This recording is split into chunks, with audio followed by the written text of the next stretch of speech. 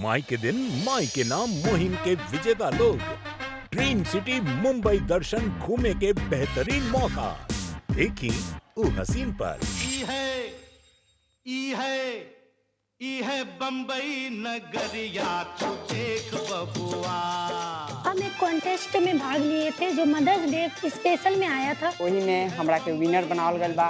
तमी से के मुंबई आयल बानी, आज दिन भर घूमनी है सर।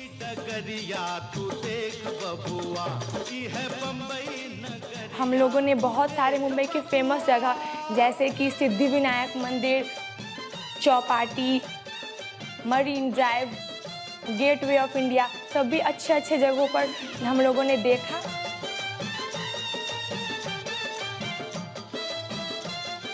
जहाँ जगह मेरे को नाम भी नहीं पता है वहाँ हम जाके घूम के आए।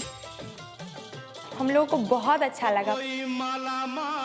जो चीज़ हम लोग नहीं देखे थे, कभी सपने भी नहीं सोचे थे, वो सब हम लोग का सपना आज पूरा हो गया। हम लोगों ने खूब इंजॉय किया, खूब मजा किया।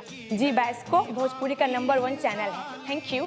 मुंबई दर्शन के बाद काहे भाई जोड़ी स्तब्ध, काम मिलल सरप्राइज और कैसन भाई अनुभूति जब विजेता के भाई स्टार मेहमान नवाजी।